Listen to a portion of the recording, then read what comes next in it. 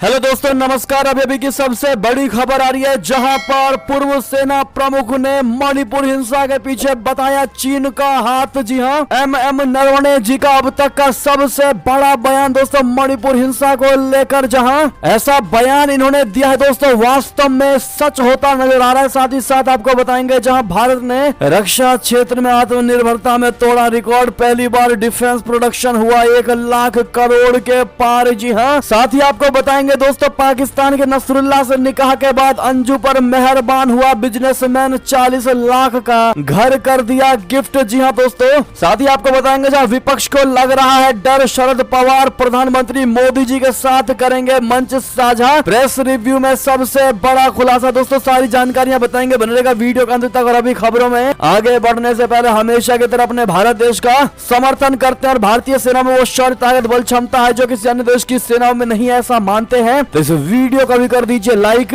Channel को कर दीजिए सब्सक्राइब, बेल आइकन दबाइए, साथ ही कमेंट बॉक्स में लिख दीजिएगा जय हिंद। जी हां, तो बात करते हैं पहली बड़ी खबर की, जहां पूर्व सेना प्रमुख एमएम नरवणे जी ने मणिपुर हिंसा के पीछे बता दिया है चाइना का सबसे बड़ा हाथ। कहा विदेशी एजेंसियां कर रही हैं इसमें मदद। जी हां दोस्तों, पूर्व सेना प्रमुख जनरल एमएम नरवणे जी ने शुक्रवार को कहा कि मणिपुर हिंसा में विदेशी एजेंसियों की संलिप्तता को नकारा नहीं जा सकता है। उन्होंने ये भी कहा है कि विभिन्न विद्रोही समूहों को चाइना की ओर से मदद दी जा रही है। नरवणे ने कहा कि सीमावर्ती राज्यों में अस्थिरता देश की समग्र राष्ट्रीय सुरक्षा के लिए ठीक नहीं है। पूर्व सेना प्रमुख इंडिया इंटरनेशनल सेंटर में राष्ट्रीय सुरक्षा परिप्रेक्ष्य विषय पर पत्रकारों से बातचीत के दौरान मणिपुर में लंबे समय से जारी हिंसा पर सवालों का जवाब दे रहे थे। नरवणे जी ने कहा कि मुझे पूरा यकीन है कि जो लोग जिम्मेदार पदों पर आसीन है और आवश्यक कार्रवाई करने की जिनकी जवाबदेही है, वे बेहतर ढंग से अपने काम को अंजाम दे रहे हैं। उन्होंने कहा कि मणिपुर हिंसा में विदेशी एजेंसियों का हाथ होने से इनकार नहीं किया जा सकता है। एक और बात जो मैं खास तौर पर कहूंगा कि विभिन्न उग्रवादी संगठनों को चाइना की ओर से सहायता मिलती है। उग्रवादी संगठनों को चीन की मदद कई वर्षों से मिल रही है और ये अब तक जारी है। पूर्वोत्तर राज्य में चल रही मादक पदार्थों की तस्करी को लेकर नरवणे जी ने कहा कि पूर्वोत्तर में नशीले मादक पदार्थों की तस्करी बहुत लंबे से हो रही है और बरामद की गई नशीले मादक पदार्थों यानी ड्रग की मात्रा पिछले कुछ वर्षों में काफी ज्यादा बढ़ गई है। उन्होंने ये भी कहा कि हम गोल्डन ट्रायंगल यानी दोस्तों वो क्षेत्र जहां थाईलैंड, म्यांमार और लाओस की सीमाएं मिलती हैं, उससे थोड़ी ही दूर है। म्यांमार में हमेशा अर्थव्यवस्था और सैन्य शासन रहा है। म्यांमार के सबसे अच्छे समय में भी वहां केवल मध्य म्यांमार में सरकार का नियंत्रण था। सीमाएं चाहे वो भारत के साथ जुड़ती हो या चाइना के साथ या थाईलैंड के साथ, वहां सरकार का नियंत्रण बहुत कम रहा है। इसीलिए नशीले मादक पदार्थों की तस्करी हमेशा से होती रही है।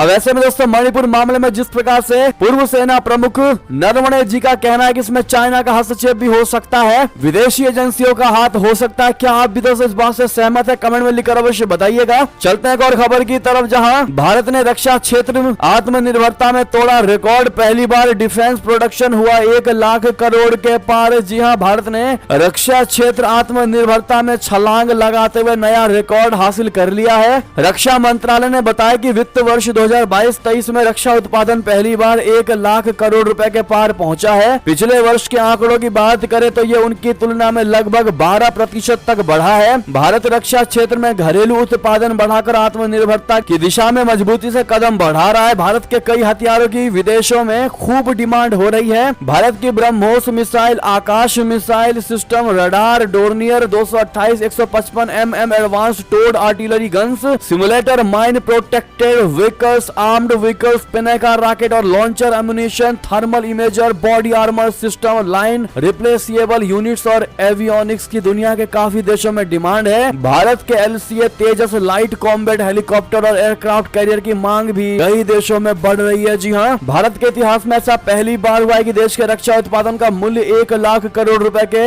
1 ट्रिलियन रुपए के आंकड़ों को पार कर गया है और ये 12 अरब डॉलर के बराबर की राशि है। ऐसे में दोस्तों मोदी है तो मुमकिन है, कमेंट में आप लोग जरूर कहिएगा। चलते हैं अगली खबर की तरफ, जहां पर पाकिस्तान के नसरुल्ला से निकाह के बाद अंजू पर मेहरबान हुआ पाकिस्तानी बिजनेसमैन 40 लाख का घर कर दिया उसको गिफ्ट। जी हां, अंजू को देख और भी अपनाए इस्लाम। पाकिस्तानी स्टार कंपनी का मालिक ने गिफ्ट किया प्लॉट, घर बैठे सैलरी देने का भी किया ऐलान। जी हां, आपको बता दें पाकिस्तान के एक बिजनेसमैन ने अंजू से फातिमा बनी भारतीय महिला को प्लॉट यानी भूखंड भेंट किया है। साथ ही मदद के तौर पर एक चेक भी सौंपा है। हालांकि चेक में कितने पाकिस्तानी रुपए अंकित है इसका जिक्र फिक्र नहीं है। राजधानी इस्लामाबाद से खैबर पख्तूनख्वा प्रांत में नसरुल्लाह के घर तोहफा लेकर पहुंचे बिजनेसमैन ने अंजू उर्फ फातिमा को अपनी कंपनी में भी नौकरी देने का वादा किया है। Pakistani star group of companies के सीईओ मोहसिन खान अब्बासी ने कहा कि दूसरे मुल्क से आई महिला ने इस्लाम को अपनाया है, इसीलिए हमारी जिम्मेदारी बनती है कि उसको किसी भी तरह की दिक्कत ना हो, पाकिस्तान में कोई कमी महसूस ना हो। बिजनेसमैन अब्बासी ने बताया कि उनकी Pakistani city company real estate के क्षेत्र में काम करती है। हमारे बोर्ड मेंबर्स ने तय किया है कि अंजू उर्फ फातिमा को शहर में 10 मरला यानी दोस्तों 272 वर्ग फीट साइज का प्लॉट घर के लिए दिया जाए। इसके साथ ही पाकिस्तान में भारतीय महिला के दस्तावेजों की कानूनी प्रक्रिया पूरी होते ही उसे पाकिस्तान स्टार ग्रुप नौकरी भी देगा और साथ ही घर बैठे सैलरी भी देगा। यानी कि दोस्तों एक तरीके से इस बिजनेसमैन ने ये चीज गिफ्ट करके बता दिया है कि और भी महिलाएं अगर मुस्लिम धर्म में आना चाहेंगी तो उनको परेशानी नहीं होगी और ज्यादा से ज्यादा महिलाएं अंजू को देखकर अपने धर्म को छोड़ पाकिस्तान के धर्म को अपनाए। यानी कि दोस्तों इस बिजनेसमैन का ये सबसे बड़ा मैसेज जो कि वास्तव में बहुत बड़ा खतरनाक साबित होने वाला है और लोगों के लिए। एक तरफ से ये इशारा किया जा रहा है कि आप लोग आएंगे भी तो आपको दिक्कत नहीं होगा। बहरहाल दोस्तों अब आपको समझ में आ रहा होगा कि इन लोगों की ऐसी मेंटेलिटी आखिर क्यों है, क्यों ये लोग इतना ज्यादा सपोर्ट करते हैं उनके धर्म में जाने वाले लोगों का। बहरहाल दोस्तों इस पर आपकी जो भी राय हो कमेंट में लिखकर अवश्य बताइएगा। अगर आप भी मानते हैं कि इस पर कड़ाई से एक्शन होना चाहिए दोस्तों और जबरदस्त तरीके से इनको पता चलना चाहिए कि ये चीज कितनी गलत है दूसरे धर्मों के लिए और ये एक तरीके का खतरा है। तो दोस्तों अपनी राय अवश्य दीजिएगा। देखते हैं भारत की जनता इस पर क्या अपनी राय रखती है और भारत सरकार इस पर क्या कदम उठाती है। साथ ही साथ अगली खबर की बात करें जहां जापानी विदेश मंत्री के सामने जयशंकर जी ने यूएस पर कसा तंज। मोदी के दौरे के 1 महीने में ही आखिर क्यों बदले भारत के सुर, आपको बता दें। जापान के विदेश मंत्री योशिमासा हायाशी के सामने भारत के विदेश मंत्री एस जयशंकर जी ने अमेरिका पर तंज कसा है और जापान को यारों का यार बताया है। भारतीय विदेश मंत्री ने सार्वजनिक मंच से जो तेवर दिखाया है उसके बाद सवाल उठ रहे कि प्रधानमंत्री नरेंद्र मोदी के अमेरिका के राजकीय दौरे के 1 महीने बाद ही भारत के सुर क्यों बदल गए हैं। गुरुवार को जापान इंडिया फोरम से बोलते हुए भारतीय विदेश मंत्री जयशंकर जी ने कुछ ऐसी बातें कही हैं जिसे अमूमन सार्वजनिक मंचों से नहीं कहा जाता है। भारतीय विदेश मंत्री ने कहा कि भारत हमेशा से अमेरिका से हथियार खरीदना चाहता रहा है, लेकिन यह अमेरिका है जिसने भारत को हथियार बेचने में हिचकिचाहट दिखाई है। जापानी विदेश मंत्री योशिमासा हायाशी ने शुक्रवार को कहा है कि स्वतंत्र और खुले इंडो पैसिफिक के लक्ष्य को हासिल करने में भारत एक अनिवार्य भागीदार है और जापान दोनों पक्षों के बीच विशेष रणनीतिक और वैश्विक साझेदारी का विस्तार करने के लिए सभी क्षेत्रों में नई दिल्ली के साथ सहयोग को गहरा करने का इरादा रखता है। वहीं ग्लोबल साउथ पर भारत के फोकस की सराहना करते हुए उन्होंने कहा कि स्वतंत्र और नियम आधारित अंतर्राष्ट्रीय व्यवस्था को बनाए रखने का आह्वान महज एक नारे की तरह लग सकता है जब तक कि विकासशील देशों के सामने आने वाली चुनौतियों का समाधान करने के लिए पर्याप्त प्रतिबद्धता न जताई जाए। जी हाँ, बात करते हैं अगली खबर की जहां कौन बनेगा पाकिस्तान का कार्यवाहक प्रधानमंत्री। 5 नामों पर हुई चर्चा, इशाक डार रेस से हुए बाहर। जी हाँ दोस्तों, पाकिस्तान में नए कार्यवाहक प्रधानमंत्री यानी केयर टेकर प्राइम मिनिस्टर के नाम को लेकर बवाल मचा हुआ है। अगस्त में शहबाज शरीफ सरकार का कार्यकाल पूरा हो रहा है, वहीं आम चुनाव नवंबर में प्रस्तावित किया गया है। इतने दिनों तक देश के कामकाज को संभालने के लिए एक कार्यवाहक सरकार का गठन किया जाना है। ऐसे में इस कार्यवाहक सरकार के मुखिया के चुनाव को लेकर सत्ताधारी पीडीएम गठबंधन में खींचतान मची हुई है। गठबंधन की सहयोगी पाकिस्तान पीपुल्स पार्टी के चेयरमैन आसिफ अली जरदारी इस मुद्दे पर दुबई में नवाज शरीफ के साथ लगातार बैठकें कर रहे हैं। इस बीच दावा किया गया है कि सहयोगी दलों ने कुल 5 नेताओं का चुनाव किया है, जिनमें से किसी एक को कार्यवाहक प्रधानमंत्री बनाया जा सकता है। इस बीच पाकिस्तान के रक्षा मंत्री ख्वाजा आसिफ के अनुसार पाकिस्तान मुस्लिम लीग नवाज और पाकिस्तान पीपुल्स पार्टी ने फैसला किया है कि कार्यवाहक प्रधानमंत्री के पद के लिए एक राजनेता का चयन किया जाएगा और इसके लिए 5 नामों को शॉर्टलिस्ट किया गया है। हालांकि उन्होंने अंतिम फैसला होने की कोई तारीख नहीं बताई है। वो 5 नाम भी नहीं बताए गए हैं दोस्तों, लेकिन इतना क्लियर हो चुका है कि इशाक डार को उस 5 नाम से बाहर कर दिया गया है। दोस्तों बहरहाल इस पर आपकी जो भी राय होगी कमेंट में लिखकर अवश्य बताइएगा।